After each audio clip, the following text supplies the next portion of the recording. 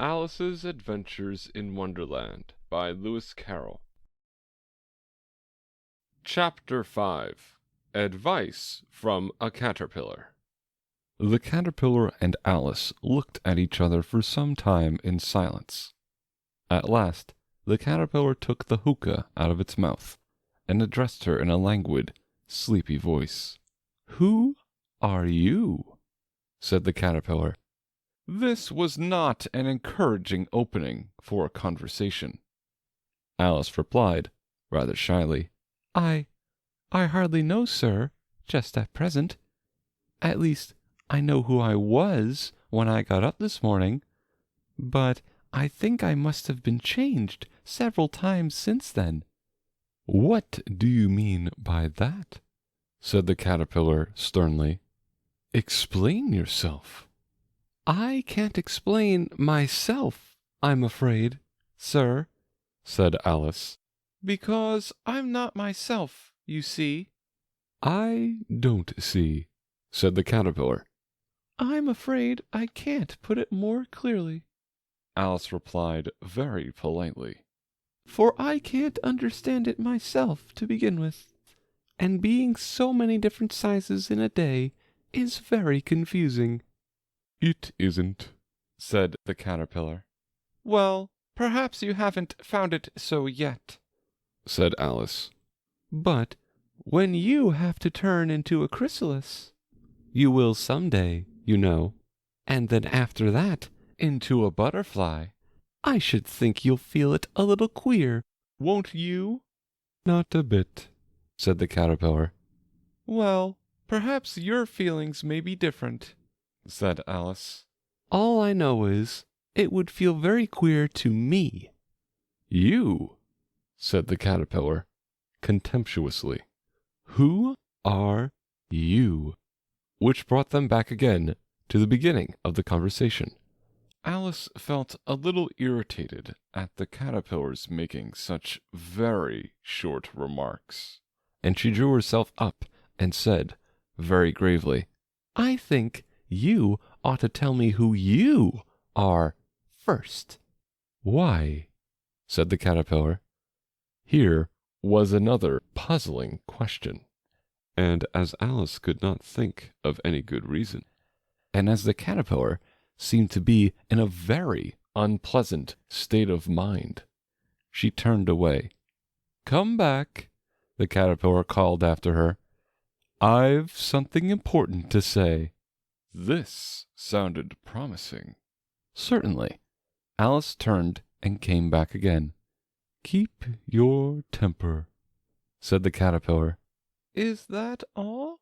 said Alice, swallowing down her anger as well as she could.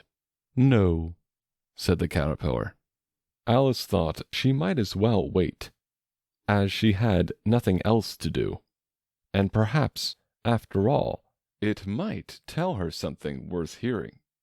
For some minutes it puffed away without speaking, but at last it unfolded its arms, took the hookah out of its mouth again, and said, "So you think you're changed, do you?" "I'm afraid I am, sir," said Alice. "I can't remember things as I used, and I don't keep the same size for 10 minutes together." "Can't remember what things?" said the caterpillar. "Well, I've tried to say, 'How doth the little busy bee?' but it all came different," Alice replied in a very melancholy voice. "Repeat, 'You are old, Father William,'" said the caterpillar. Alice folded her hands and began. "You are old, Father William," the young man said, "and your hair has become very white. And yet you incessantly stand on your head. Do you think, at your age, it is right?" "In my youth," Father William replied to his son, "I feared it might injure the brain. But now that I'm perfectly sure I have none, why, I do it again and again." "You are old," said the youth, "as I mentioned before, and have grown most uncommonly fat. yet you turned a back somersault in at the door. Pray, what is the reason of that?" "In my youth," said the sage, as he shook his gray locks, "I kept all my limbs very supple. By the use of this ointment, 1 shilling the box." allow me to sell you a couple?" "You are old," said the youth, "and your jaws are too weak for anything tougher than suet. Yet you finished the goose with the bones in the beak. Pray, how did you manage to do it?" "In my youth," said his father, "I took to the law, "And argued each case with my wife." and the muscular strength which it gave to my jaw has lasted the rest of my life." "You are old," said the youth, "One would hardly suppose." "that your eye was as steady as ever." "Yet you balanced an eel on the end of your nose. What made you so awfully clever?" "I have answered 3 questions," "And that is enough," said his father. "Don't give yourself airs." "Do you think I can listen all day to such stuff?" "Be off, or I'll kick you down the stairs." "That is not said right," said the caterpillar. "Not quite right, I'm afraid," said Alice timidly. "Some of the words have got altered." "It is wrong from beginning to end," said the caterpillar decidedly, and there was silence for some minutes. The caterpillar was the first to speak. "What size do you want to be?" it asked. "Oh, I'm not particular as to size," Alice hastily replied. "only one doesn't like changing so often, you know." "I don't know," said the caterpillar. Alice said nothing. She had never been so much contradicted in her life before, and she felt that she was losing her temper. "Are you content now?" said the caterpillar. "Well, I should like to be a little larger, sir, if you wouldn't mind," said Alice. 3 inches is such a wretched height to be." "It is a very good height indeed," said the caterpillar angrily, rearing itself upright as it spoke. "It was exactly 3 inches high." "But I'm not used to it," pleaded poor Alice in a piteous tone, and she thought of herself. "I wish the creatures wouldn't be so easily offended."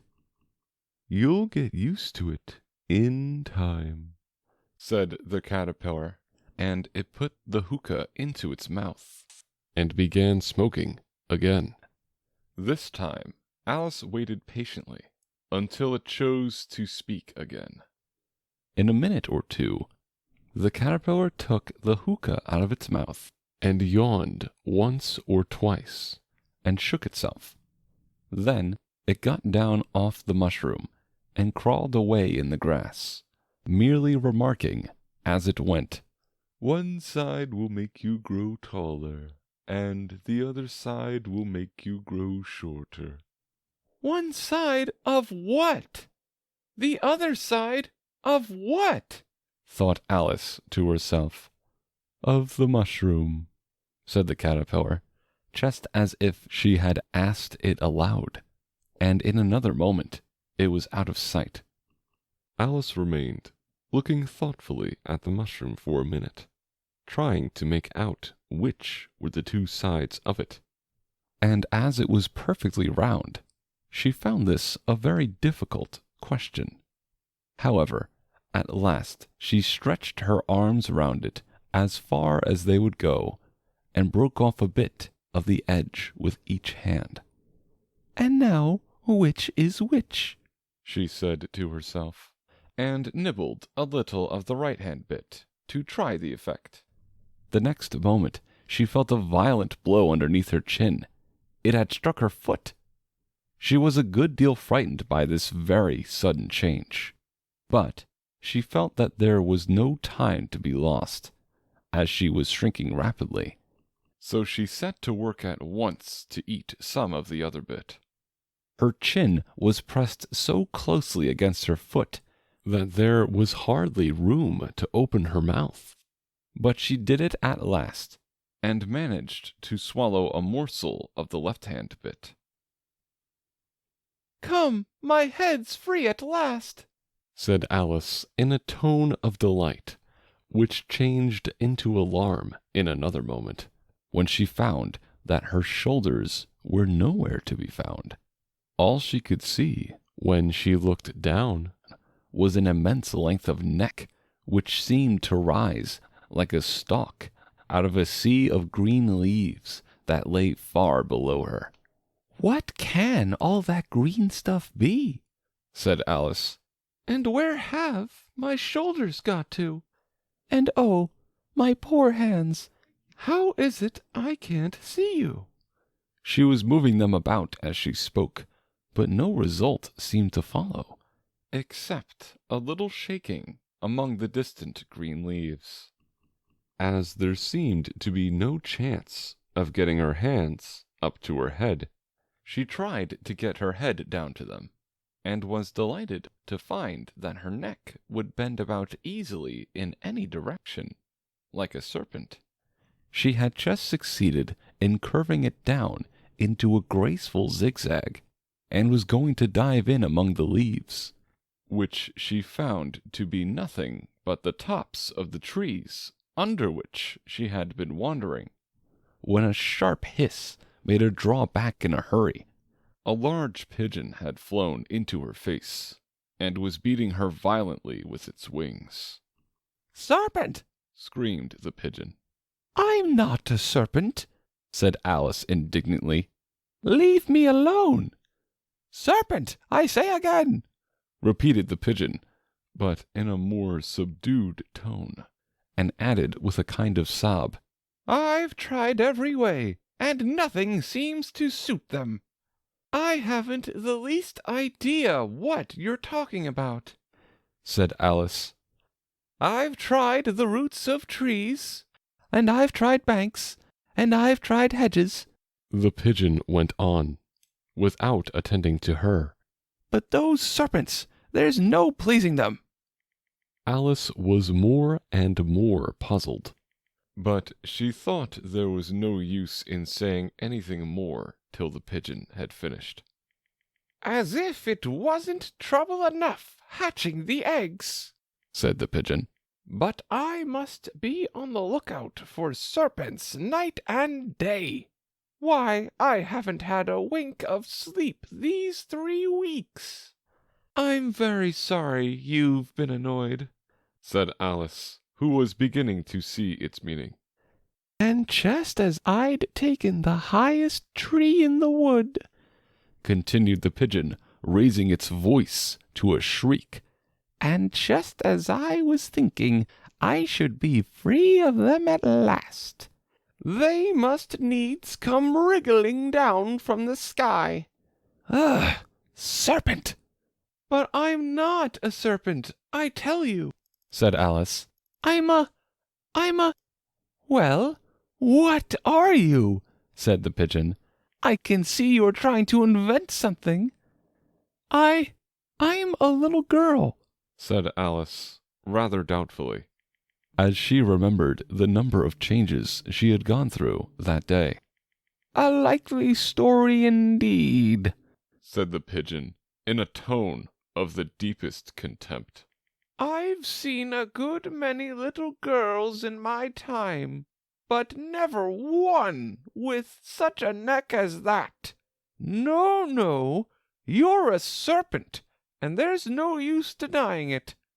I suppose you'll be telling me next that you never tasted an egg." "I have tasted eggs, certainly," said Alice, who was a very truthful child. "But little girls eat eggs quite as much as serpents do, you know." "I don't believe it," said the pigeon. "But if they do, why then they're a kind of serpent. That's all I can say." This was such a new idea to Alice that she was quite silent for a minute or two, which gave the pigeon the opportunity of adding, You're looking for eggs. I know that well enough. And what does it matter to me whether you're a little girl or a serpent?" "It matters a good deal to me," said Alice hastily. "but I'm not looking for eggs, as it happens. And if I was, I shouldn't want yours. I don't like them raw." "Well, be off then," said the pigeon in a sulky tone, as it settled down again into its nest. Alice crouched down among the trees as well as she could, for her neck kept getting entangled among the branches, and every now and then she had to stop and untwist it. After a while, she remembered that she still held the pieces of mushroom in her hands, and she set to work very carefully, nibbling first at one and then the other, and growing sometimes taller, and sometimes shorter, until she had succeeded in bringing herself down to her usual height. It was so long since she had been anything near the right size that it felt quite strange at first, but she got used to it in a few minutes, and began talking to herself as usual. "Come, there's half my plan done now. How puzzling all these changes are! I'm never sure what I'm going to be, from one minute to another. However, I've got back to my right size. The next thing is to get into that beautiful garden." How is that to be done, I wonder?" As she said this, she came suddenly upon an open place, with a little house in it, about 4 feet high. "Whoever lives there," thought Alice. "It'll never do to come upon them this size. Why, I should frighten them out of their wits." So she began nibbling at the right-hand bit again, and did not venture to go near the house till she had brought herself down to 9 inches high. End of chapter 5.